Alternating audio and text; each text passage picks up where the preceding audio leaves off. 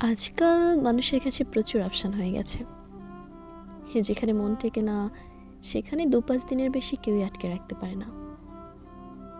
জীবনে বেটার খুঁজতে খুঁজতে নেসেসিটিটাই হারিয়ে ফেলছি আমরা।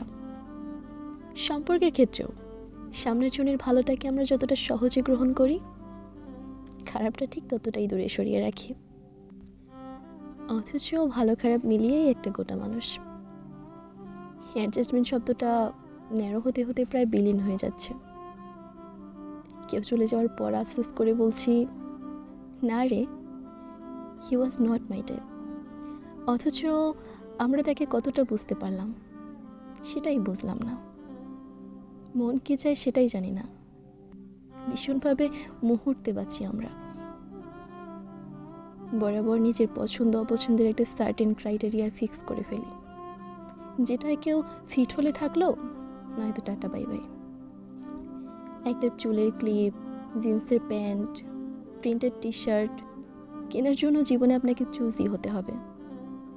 ৪-৫টা দোকান ঘুরে দেখতে হবে, কারণ আপনিও জানেন প্রয়োজন ফুরলেই সেসবের জায়গা হবে ওয়ারড্রোবে বা আলমারির কোনো একটা কোনায়। ফের নতুন কিছু।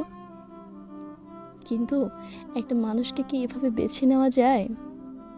অত বাস বিচার চলে?